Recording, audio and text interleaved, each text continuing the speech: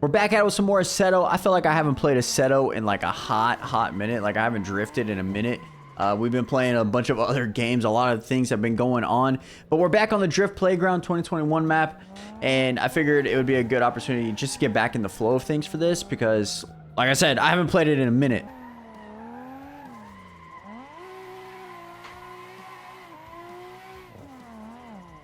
You can totally tell I haven't played it in a minute.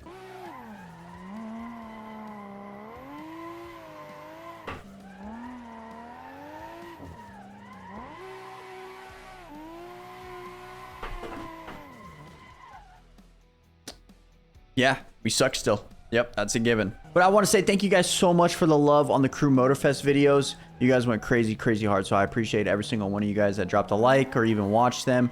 That means a lot to me. We're on the road to 14,000 subs, man. I think we're close to 13,100 right now. At least that's what I remember seeing last time I checked, which is pretty nuts. I feel like we just hit 13 a couple days ago. So you guys are going crazy hard, so thank you very much. But after playing the Crew Motorfest, you could totally tell like the arcade in that game is just crazy, and it feels good to getting back onto like some like more sim type of aspects, you know what I'm saying? I probably shouldn't have taken a break as much as I did. I'm struggling a little bit. I know the last time we played Assetto, I was in first person. Probably go back to this. I figured it would be better in the long run if I got better at it in first, because I feel like all like the good guys use first person, right? Obviously third person is pretty good as well. I think it's just personal preference what it comes down to. I think first person honestly would be better in like a VR headset. The crazy part is I have a VR headset, but I just don't want to set it up. It's way harder to do this track in first person than it was the other track. There we go.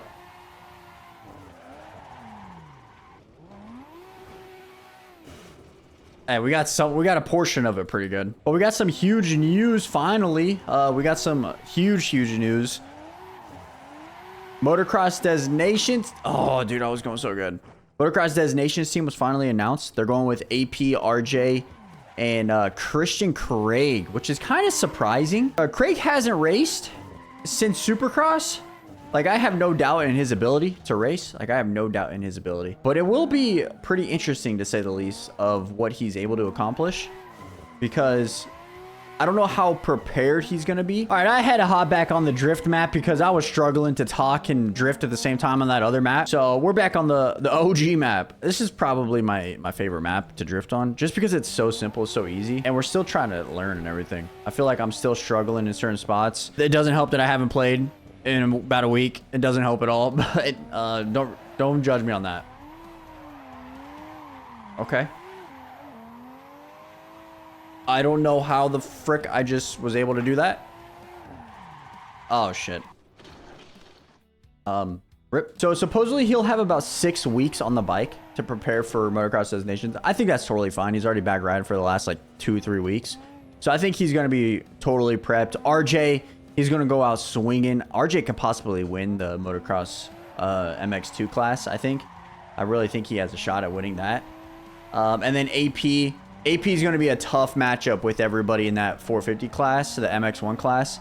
I think that is going to be a huge challenge, because those guys are freaking quick. I did that 360 on purpose, but those guys are quick, and it's also in like Ernie, so those guys are well prepped on that track and stuff. And I feel like maybe AP isn't. You got to trust the guys. You got to trust AP. You got to trust RJ. You got to trust Craig. They're going to go out full swing, and they're going to try their best, and that's all that really matters, honestly. There was like a 70-30 chance that we wouldn't even send a team, which is horrible. Because we are the defending champs. Why would you not send a team? But luckily that didn't happen, and we're actually going, because it's going to be more exciting. It's going to give us an opportunity to watch it too, because if we didn't send a team, I probably wouldn't have watched. I'm not going to lie. I probably wouldn't watch. We also have some bad news. We got some down bad news.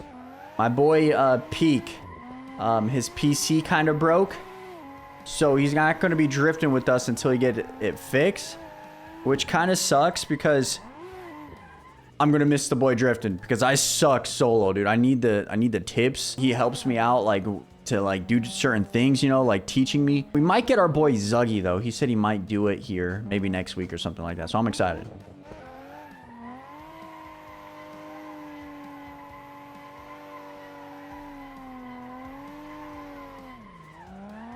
No, I let off the gas. We played a little bit of Madden last night. Oh my God. I haven't played Madden since like Madden 2018. Like, I would say Madden 2017, 2018, something like that. And when I played Madden freaking 2024, oh my God, it felt so freaking slow, so delayed in every aspect, throwing, running, juking. Is that just how the game plays nowadays? Like, does anybody play that? Like, I feel like it is so bad, but that's just from my perspective because I never really played the games the last few years. But holy crap. Even my friends, they were like talking about it too. That's the first time I have ever done that corner correctly. That was crazy. But we were talking about it, and like compared to the older games, it just feels so slow and so, or I guess you can kind of say more strategic. You're kind of just basing it off of like what players can outperform other guys. I guess makes it kind of cool, but at the same time, kind of bad because you kind of just want to have fun playing Madden. Overall, I had a blast playing it, shit talking my boys because they're so bad. I'm not going to lie with you guys. I played against Zug and I played against Mix. Mix was a tougher opponent compared to Zug. Zug threw 5 interceptions to me. That's how down bad he was. He threw 5 interceptions. Mix almost beat me. Almost beat me. It came down to the last like minute in the fourth quarter. So he almost got the victory, but he didn't. He didn't. I came out clutch. And I actually recorded both of those games. So I'm honestly thinking of posting them. I just wasn't sure. I just wasn't sure if I should or not. That's the second time I've ever done that. Holy crap. Am I getting better that I took a break? But yeah, I'm just kind of, I don't know if I want to post those. They're kind of funny because we were just like yelling back and forth. So I might post them. Or I might like edit them. See if I like them enough to post. But I don't know. It's just kind of up in there for me, I guess. I made my Supercross round 2 predictions on TikTok today. Oh God. Oh God. 360. That was, I cannot manji. I just can't do it. But I made my Supercross predictions. And I couldn't really make a prediction. It's too difficult. It's too difficult to make a prediction. I'm thinking to myself, like top 3 though, is going to be Hunter, Deegan, and Joe. Those are my top 3 guys. Hunter wants redemption. After last week, dude, it was kind of a bad weekend. So he's going to come out full swinging. I think he might get like the fastest lap time, set the tone of like the event. I wouldn't be surprised if he dominates next week. Or this Saturday, I guess you can say. I wouldn't be surprised at all. And then Joe coming off back-to-back wins. I think Joe has a really good opportunity to get a 3-peat. It all kind of depends on if Joe can get a good start. Even with the track being better, like and more open and probably have more spots to pass, I think if he gets a bad start, he's not going to have the opportunity to catch either Hunter or Deegan if they get a good start. Just because everybody is kind of like insane right now. But if he gets a good start, I'm not going to be surprised if Joe goes 1-1 or even like a 2-1 or a 1-2. I'm just not going to be surprised about it. And then Deegan wants to show that he can go 1-1. I think he honestly can. I think if he doesn't crash in qualifying last week, he goes 1-1. Hands down. He was the fastest rider on that track last weekend. I think the crash in practice played a huge factor in Moto 2. I'm not going to be surprised if he goes out there, whole shots, goes 1-1 or something like that. I'm just not going to be surprised. Oh, come on.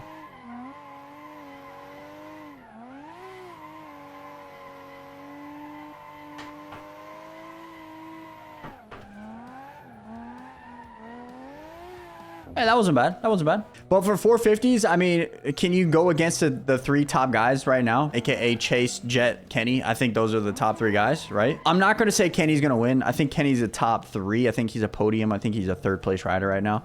Just because Chase and Jet are on another level. Kenny can get a podium. If he gets kind of a bad start, I can see him probably getting like 4th or 5th with like maybe Anderson, Barsha getting like a 3rd or something. And if Chase can get a good start, I think Chase goes 1-1 again. I really do. I think he's going to be trying his hardest to win this championship, the SMX championship, or I don't even know what you call this thing, honestly. The playoffs. I'm not going to be surprised if he wins it, you know? Like, he's just so good on a Supercross track. And combining the efforts, I think he has an advantage with that. I'm very excited. Jet's obviously not going to just like lay down. He's going to come out swinging too. So I'm not going to be surprised if Jet can go 1-1, you know? Like last week, he set like a second faster than everybody in qualifying. So I'm not gonna be surprised if Jet wins. I'm rooting for the boy Chase. That's all I gotta say. But Liza P comes out next week, next Tuesday. I've been seeing a lot of good things about it. I've been mentioning it in videos that I'm gonna be playing it. And I mentioned in yesterday's video that next week it comes out and we're gonna be playing it on the channel. So just beware that you're gonna see a bunch of videos in a row of Liza P. I don't know how long it's going to take to finish like the whole storyline. I know it's kind of just like a point A to Z type of game where there's not like open world, kind of like Elden Ring. So I don't know how many hours. I'm going to say roughly 25 hours. And I already have an idea of how I want to construct like the videos. So just letting you guys know, I'm going to be playing that, just what I kind of want to enjoy. So, but I just want to say thank you guys so much for the love on the crew videos, the Seto videos, every video, man. I really do appreciate it. We talked about this in previous videos, man. Just thank you guys so much for just rocking with me with whatever we play. And make sure you guys leave a comment. Like I would definitely love to interact with you guys on like if you guys ask me a question in the comments, I would definitely love to interact with that and kind of just like have a conversation of like what's going on. Like tell me what you guys are going through. Try to give you guys my perspective on it or something like that. Or if you guys ask a question about MX or a question about Seto, I would love to have a conversation with you guys about it. You know what I'm saying? And make it into a video. I think it would be pretty sick. Also, shout out to the boy Applejacks. I don't know if you're still around, but I forgot to mention this in the last couple of videos for being first on a couple of videos. But shout out to you, man. I appreciate you for real. And shout out to everybody that comments on everything, man. That means a lot. So thank you guys very, very much.